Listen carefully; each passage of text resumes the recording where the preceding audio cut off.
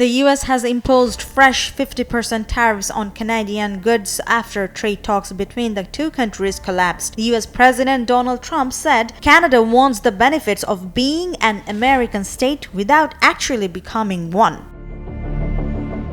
In response to Trump's new tariffs, Canadian Prime Minister Mark Carney announced matching tariffs from September 8. He called the US move a miscalculation aimed at hurting and dividing Canada. The new tariffs will cover a range of Canadian goods, including steel, dairy products, electronics, clothing, cement, and hockey equipment. However, they will apply to a limited range of goods worth around $20 billion or about 5% of Canada's total exports.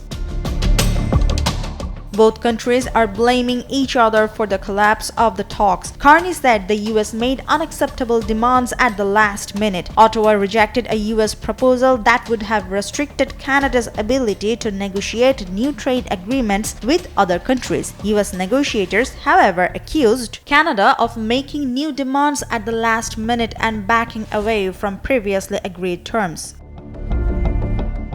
Canada's political leadership has largely rallied behind Carney in the dispute with Trump. Conservative opposition leader 𝗞𝗲𝘆𝘄cie𝗿𝗱𝘀 called the new tariffs unjustified. Ontario Premier Doug Ford also backed Carney, saying Trump cannot be trusted. However, Alberta Premier Danielle Smith urged both sides to return to the negotiating table.